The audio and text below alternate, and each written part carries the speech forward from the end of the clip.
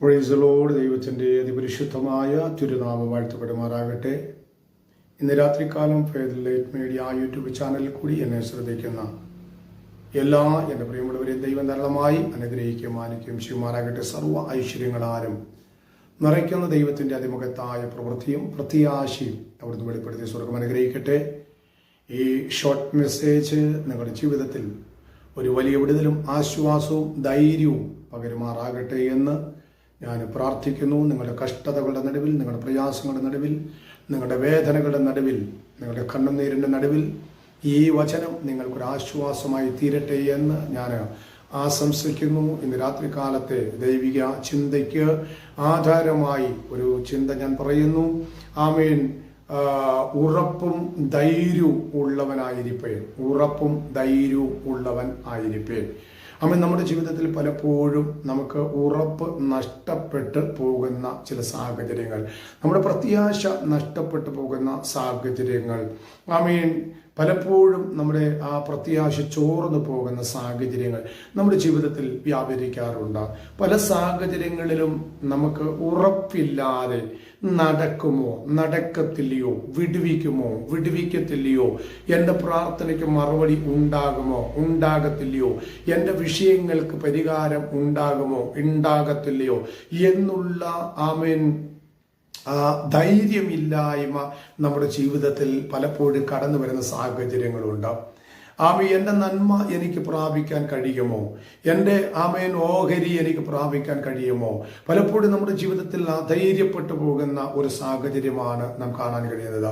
അവിടെ വചനം പറയുന്നു, ഉറപ്പും പ്രത്യാശയുമുള്ളവരായിരിക്കണം. നമ്മുടെ ജീവിതത്തിൽ ഒരു പ്രത്യാശ നമുക്കുണ്ടാകണം. ഞാൻ പ്രാർത്ഥിക്കുന്ന വിഷയത്തിൽ ദൈവം എനിക്ക് മറുപടി തരും. അചഞ്ചലത്തോടുള്ള വിശ്വാസത്തിൽ പ്രാർത്ഥിക്കരുത്. പ്രാർത്ഥിക്കുമ്പോൾ ദൈവസന്നിധിയിൽ ഒരു ഉറപ്പുണ്ടായിരിക്കണം. ഞാൻ പ്രാർത്ഥിക്കുന്ന വിഷയത്തിൽ ദൈവം എനിക്ക് മറുപടി തരും.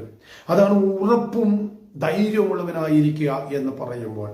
ജീവിതത്തിൽ ഉറച്ച തീരുമാനം, ഒരു തീരുമാനം എടുത്തു കഴിഞ്ഞാൽ ആ തീരുമാനത്തിൽ നാം ഉറച്ചു നിൽക്കുവാനിടയായി തീരണം.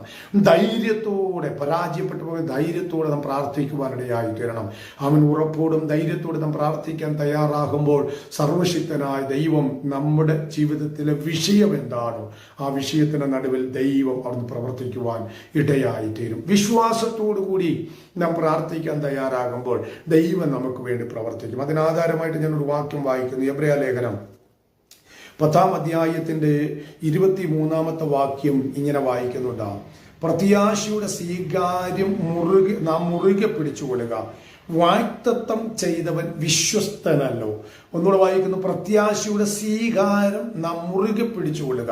അപ്പൊ പ്രത്യാശ, അതിനെ നാം മുറുകെ പിടിക്കുവാനിടയായി തീരണം. ഞാൻ പ്രത്യാശിക്കുന്ന വിഷയത്തിന് സ്വീകരിക്കാൻ യോഗ്യമായ ഒരു മറുപടി എനിക്ക് ലഭിക്കും എന്നുള്ള ഒരു വിശ്വാസം. അതിനടുത്ത വാക്യം പറയുന്നു, വാഗ്ദത്തം ചെയ്തവൻ വിശ്വസ്തനല്ലോ. നിന്റെ വിഷയം എന്താണെങ്കിലും വിഷയത്തിന്റെ നടുവിൽ മുറുകെ പിടിച്ച് പ്രാർത്ഥിക്കുവാൻ നീ തയ്യാറാകുന്നു എങ്കിൽ വിഷയത്തിന് പരിഹാരം നൽകിത്തരാമെന്ന് വാഗ്ദത്തം ചെയ്തവൻ വിശ്വസ്തനാണ് എന്ന് ദൈവാത്മാവ് ഇന്ന് പകൽക്കാലം നമ്മെ നോക്കി ദൂത് വിളിച്ചു പറയുക. പലപ്പോഴും നാം പരാജയപ്പെട്ടു പോയ, അചഞ്ചലപ്പെട്ടു പോയ വിഷയത്തിന്റെ നടുവിൽ വിശ്വാസം ചോർന്ന്, പ്രത്യാശ ചോർന്ന്, ആമേ ജീവിതത്തിൽ ഒരിക്കലും ഒരു മാറ്റം ഉണ്ടാകില്ല എന്നുള്ള ചിന്ത കടന്നു വന്ന് നാം അധൈര്യപ്പെട്ടു പോകുമ്പോൾ സർവശക്തനായ ദൈവം പറയുക, നമ്മുടെ പ്രത്യാശയുടെ സ്വീകാര്യം നാം മുറുകെ പിടിക്കണം. ആമേ. മാത്രമല്ല, വാഗ്ദത്തം ചെയ്തവൻ വിശ്വസ്തനായിരിക്കുന്നത് കൊണ്ട് നിന്റെ വിഷയം എന്താണോ അതിന്റെ നടുവിൽ ദൈവം പ്രവർത്തിക്കുവാൻ തക്കവണ്ണം ഇടയായി തീരും.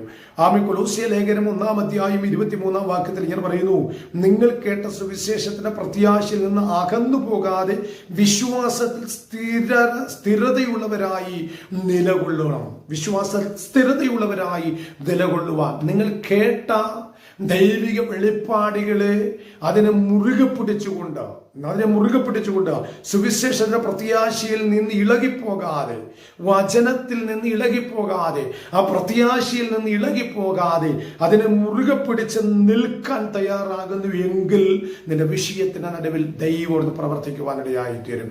പലപ്പോഴും നമ്മൾ ദൈവസന്നിധിയിൽ വിഷയങ്ങളെ ഏൽപ്പിച്ചു കൊടുക്കാറില്ല, മറ്റുള്ളവരുടെ കയ്യിലാണ് ഏൽപ്പിച്ചു കൊടുക്കുന്നത്.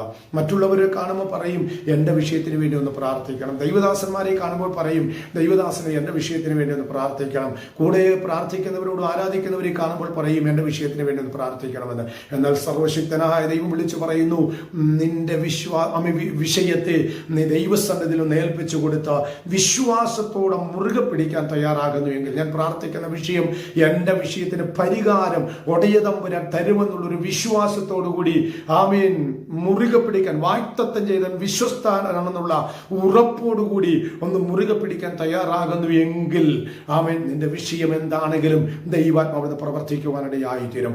റോമലേഖനം 5-ാം അധ്യായം 3-5 വാക്യത്തിൽ ഞാൻ പറയുന്നു, കഷ്ടം സഹിഷ്ണുതയെയും, സഹിഷ്ണുത പരിശോധനയെയും, പരിശോധന പ്രത്യാശയെയും ഉളവാക്കുവാൻ തക്കവണ്ണം ഇടയായിത്തീരുന്നു. ആമേൻ. അവിടെ ഒരു പ്രത്യാശയാണ് നമ്മുടെ ജീവിതത്തിൽ നൽകി തരുവാനിടയായിത്തീരുന്നത്. അപ്പോൾ വിഷയത്തിന്റെ നടുവിൽ പ്രത്യാശയോടെ ദൈവസന്നിധിയിൽ ഏൽപ്പിച്ചു കൊടുക്കാം. അചഞ്ചലപ്പെട്ടു പോകാതെ, അധൈര്യപ്പെട്ടു പോകാതെ, ആമേൻ, ഉറപ്പും ധൈര്യമുള്ളവരായി, ഉറപ്പും പ്രത്യാശയുള്ളവരായി, ഉറപ്പും പ്രത്യാശയും ഉറപ്പും ധൈര്യമുള്ളവരായി ദൈവസന്നിധിയിൽ ഏൽപ്പിച്ചു കൊടുത്ത് മുന്നേറുവാൻ, പ്രത്യാശയുള്ളവരായി മുന്നേറുവാൻ സർവശക്തനായ ദൈവത്തിന്റെ കരങ്ങളിൽ ഏൽപ്പിച്ചു കൊടുക്കാം. വിഷയത്തിന്റെ നടുവിൽ ഞാൻ പ്രാർത്ഥിച്ചാൽ ഒരു വിടുതൽ ഉണ്ടാകുമെന്നുള്ളൊരു പ്രത്യാശ നമ്മുടെ ജീവിതത്തിൽ ഉടലെടുത്തുകൊണ്ട് മുന്നേറുവാൻ ദൈവം നമ്മെ സഹായിക്കട്ടെ.